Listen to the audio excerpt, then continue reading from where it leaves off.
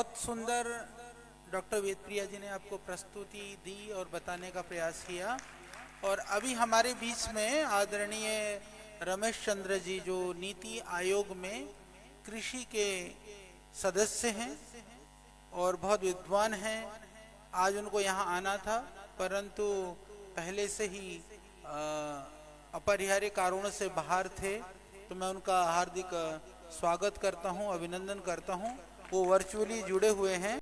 अब उन्हीं का ही उद्बोधन पतंजलि के द्वारा जो प्रयास किया जा रहा है, माननीय प्रधानमंत्री श्री नरेंद्र मोदी जी का जो स्वप्न है, फार्मर्स की इनकम को डबल करना या अभी विश्व मुक्त कृषि की ओर देश को बढ़ाना, उसके लिए यह जो कदम है पतंजलि का, श्रद्धेय स्वामी जी के आशीर्वाद से कृषि के क्षेत्र में देश को आत्मनिर्भर बनाना।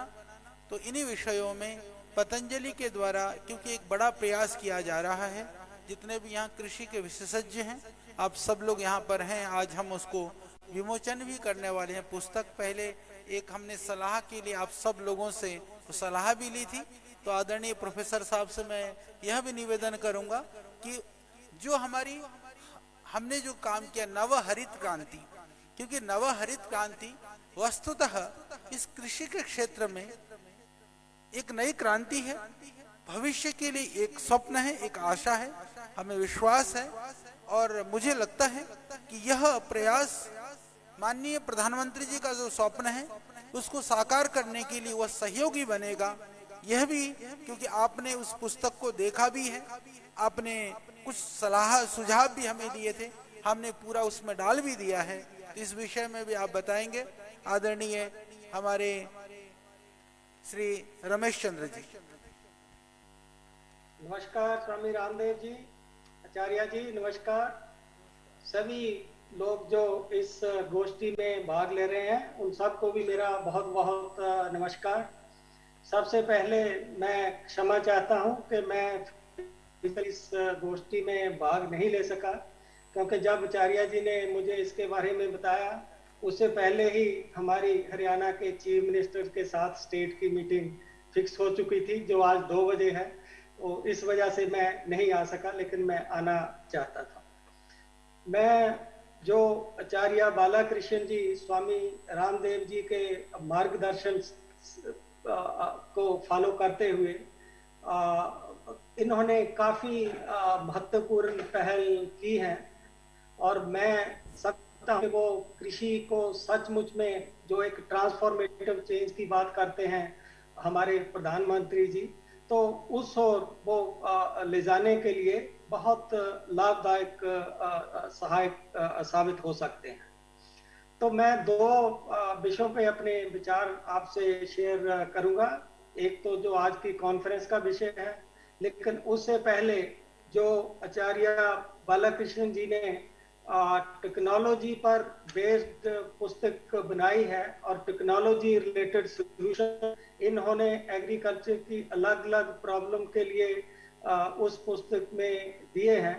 उस पे हमने चर्चा भी किया था और इन्होंने उसको आगे रिफाइंड भी किया है।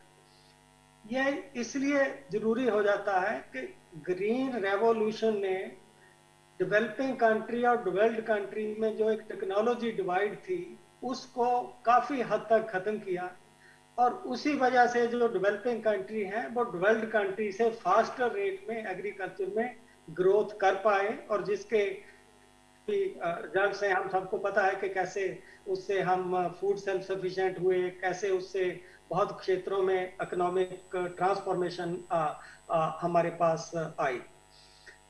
आज की डेट में क्योंकि ग्रीन रेवोल्यूशन टेक्नोलॉजी का फेज जो है ऑलमोस्ट दुनिया में जो है एक फेज टेक्नोलॉजी का फेज था वो खत्म हुआ। अब नई तरह की जो टेक्नोलॉजी आ रही है उसमें एक क्लियर डिवाइड देखने को मिल रहा है कि दोबारा से जो डेवलप्ड कंट्री की एक सुपीरियरिटी थी एग्रीकल्चर में, वो टेक्नोलॉजी के रूप से दोबारा उसमें अपनी सुपीरियरिटी को एस्टेब्लिश करने में कामयाब हो रहे हैं। और हम अभी एग्रीकल्चर में जिस रेट से वो टेक्नोलॉजी आनी चाहिए वो उस रेट से हम उसमें आगे नहीं बढ़ रहे हैं।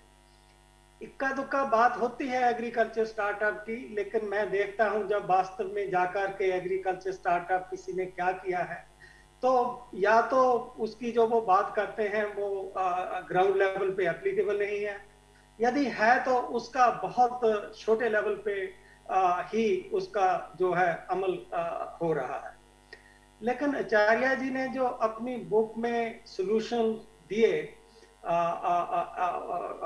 ग्रीन रेवोल्यूशन के नेक्स्ट स्टेज के लिए, वो क्योंकि इन्होंने उसको एक अपना टेक्नोलॉजी दिया है कि यदि देश इस टेक्नोलॉजी को अडॉप्ट कर ले, मिनिस्ट्री ऑफ एग्रीकल्चर बाकी सब लोग इन टेक्नोलॉजी को अडॉप्ट करें, तो हमारा जो उसका अमल है वो एक ऐसा नहीं कि स्टार्टअप की तरह एक लिमिटेड होगा या सीमित होगा, उसके जो एप्लीकेशन है वो एक बहुत लार्ज स्केल और कंट्री लेवल उसकी पॉसिबिलिटीज आ जाती है। तो उसमें प्राइमरली इन्होंने टेक्नोलॉजी का 3-4 मुख्य चीजें हैं कि भाई आईटी और कम्युनिकेशन टेक्नोलॉजी, और हमारी जो जीपीएस और स्पेस साइंस की टेक्नोलॉजी, और तीसरा डिजिटल टेक्नोलॉजी। तो इन तीनों के अलग अलग कम्बिनेशन से इन्होंने लैंड से लेकर मार्केटिंग तक उसके जो है अपने एक आइडियाज और अपने सॉल्यूशन दिए हैं। और मुझे लगता है कि यदि उनको हम थोड़ा बहुत जो रिफाइनमेंट की जरूरत है वो करके उनको एक स्टेट सपोर्ट मिले और उसको हम एग्रीकल्चर में लाएं, तो जो ये एक डिवाइड पैदा हो रहा है डेवलप्ड कंट्री एग्रीकल्चर और डेवलपिंग कंट्री एग्रीकल्चर, उसको उस खाई को हम पूरा कर सकते हैं। उस खाई को पूरा करना इसलिए भी बहुत महत्वपूर्ण है, मैंने ये कई जगह लिखा भी है कि अगले 7-8 वर्षों में इंडिया को अपना लगभग 25 से 30% उत्पादन बाहर के देशों की मार्केट में बेचना पड़ेगा, क्योंकि हमारे यहाँ जो डिमांड है उसका ग्रोथ इतना नहीं है कि जो फूड में ग्रोथ हो रही है वो उसको ऑब्जॉर्व कर सके। तो एग्रीकल्चर एक्सपोर्ट एक बहुत बड़ी चीज है, लेकिन उसमें एफिशिएंसी कैसे आएगी, उसमें ट्रेसेबिलिटी कैसे आएगी प्रोड्यूस में, तो उस प्रोड्यूस में जो कंज्यूमर सेटिस्फेक्शन है कैसे आएगी। तो हमें उसमें यदि compete करना है तो उसके लिए हमें टेक्नोलॉजी को लाना होगा, और टेक्नोलॉजी से ही जो कहते हैं कि जो पॉलिसी और टेक्नोलॉजी का ये डिफरेंस है कि टेक्नोलॉजी हमेशा पोटेंशियल और संभावनाएं क्रिएट करती है, पॉलिसी सिर्फ उन संभावनाओं को हार्नेस करने के लिए वातावरण बनाता है। पॉलिसी अपने आप में संभावनाएं क्रिएट नहीं करती। तो टेक्नोलॉजी से जो स्वामी जी ने एग्रीकल्चर के लिए ये संभावनाएं क्रिएट की हैं, अब उसका दूसरा स्टेज ये होगा कि उसकी कामयाबी के लिए, जैसे ग्रीन रेवोल्यूशन टेक्नोलॉजी आई तो उसकी कामयाबी के लिए सरकार की सपोर्ट, उसने उसको बनाया कि वो कामयाब हो।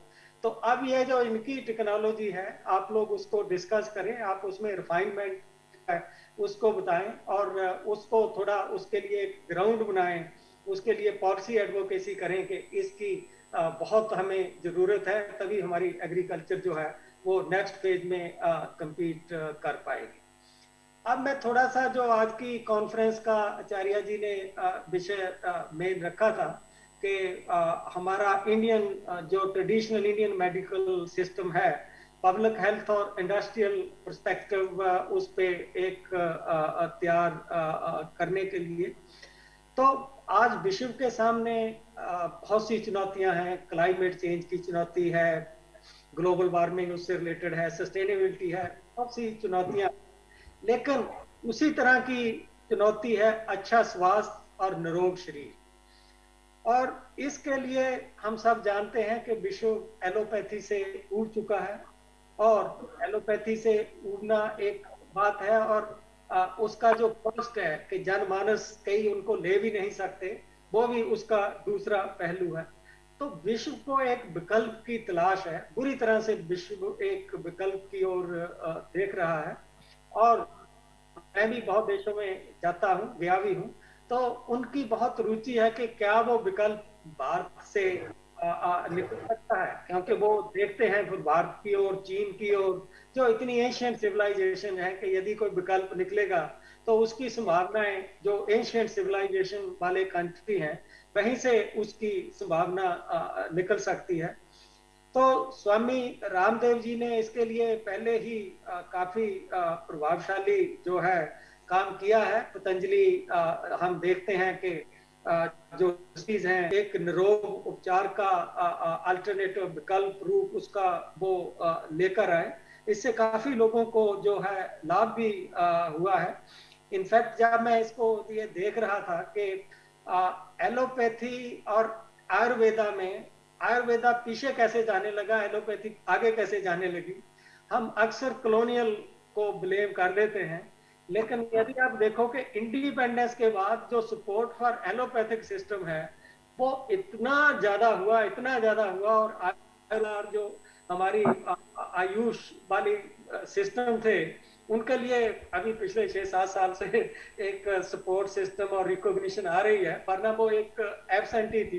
तो अब क्योंकि गवर्नमेंट भी उसको रियलाइज कर रही है, आयुष का एक मंत्रालय भी बना है, और हमारे all India institute of medical sciences की तरह all India institute of Ayurvedic science जो है उसका भी एक जो है काम उस पे चल रहा है।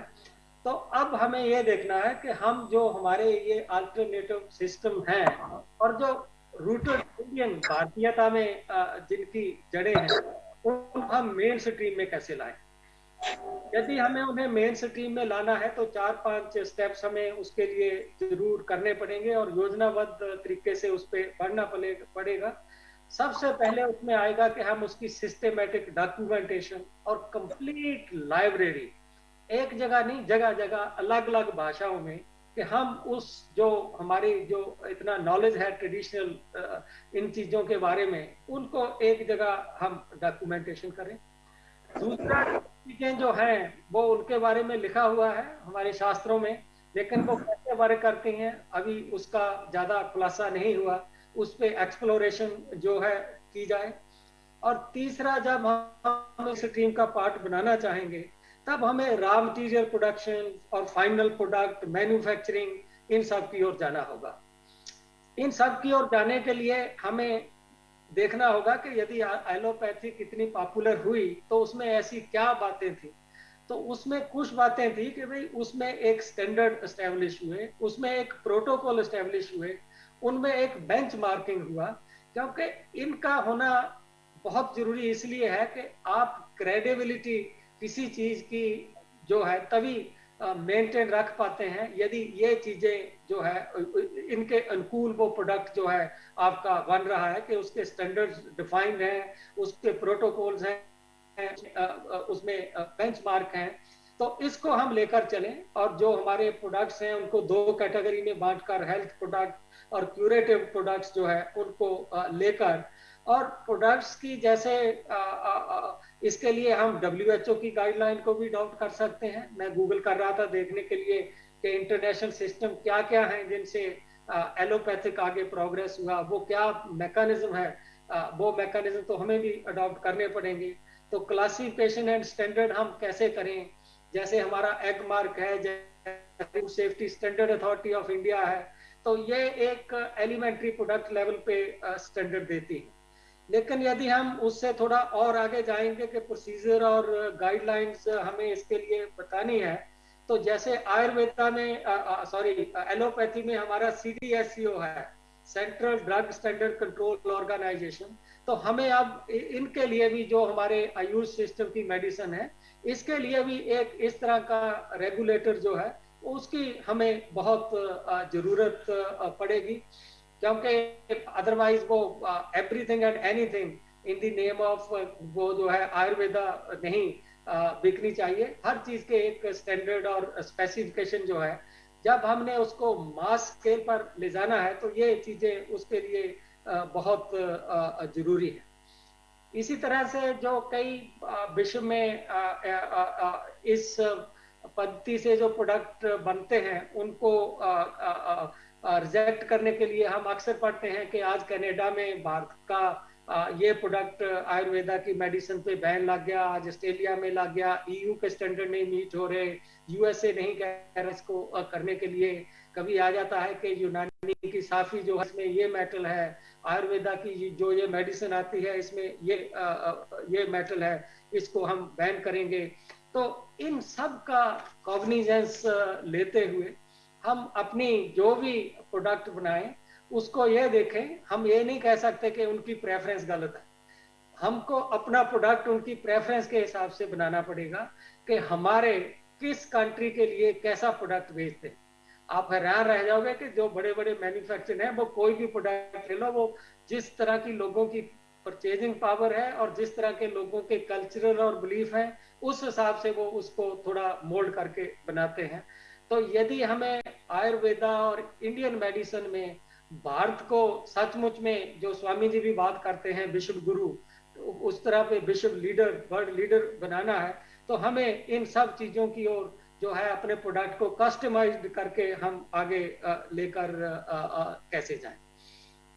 और एक मेरे को एग्जांपल आता है कि चाइना मेडिसिन में एपीआई, एक्टिव फार्मास्यूटिकल इंग्रेडिएंट्स, जो हमारे एलोपैथिक मेडिसिन के हैं, वो 65 से 70% जो है चाइना से हम इंपोर्ट करते हैं।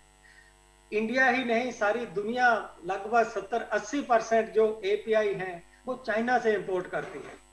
क्या हम जब आयुर्वेदा की बात करते हैं तो हम ऐसा सिस्टम अपने देश में कि आयुर्वेदा के जो ये बेसिक इंग्रेडिएंट्स हैं उसका सोर्स, उसका ग्लोबल सोर्स जो है वो इंडिया बनेगा, चाहे फिर उसको कोई भी और बनाना शुरू करे, जो है उसका एक इंडिया बनेगा। और इसमें एक मुद्दा कभी कोई उठा सकता है, वो ये है कि एक तरफ तो आयुर्वेदा को आप अल्टरनेटिव टू केमिकल मेडिसिन कह रहे हैं और दूसरी तरफ आप जो आयुर्वेदा में हर्बल्स हैं और चीजें यूज होती हैं, क्या आप without use of chemical produce कर रहे हैं? तो थोड़ा सा हमें इस ओर भी ध्यान देना है कि जब हम ultimate product non chemical nature का बना रहे हैं तो जो हम रॉ मटेरियल यूज कर रहे हैं उसको प्रोड्यूस करने में हम केमिकल का यूज भी ना करें तो उसकी क्रेडिबिलिटी जो है वो और ज्यादा बढ़ जाती है।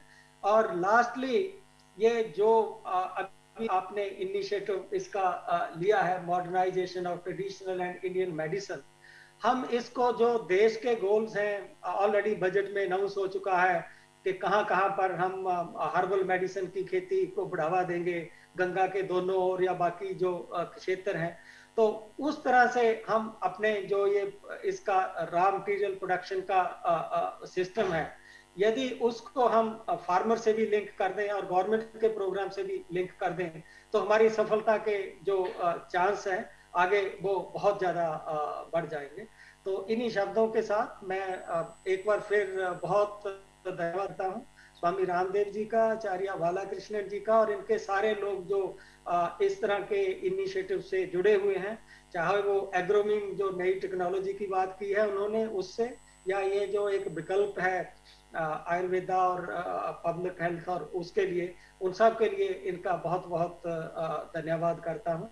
और मैं चाहूंगा कि अगली गोष्ठी में यदि मुझे सफिशिएंटली एडवांस इंफॉर्मेशन मिल जाएगी तो मैं आकर दूसरों के विचार भी सुनना चाहूंगा, अपने ही विचार नहीं सुनाना चाहूंगा। बहुत बहुत धन्यवाद।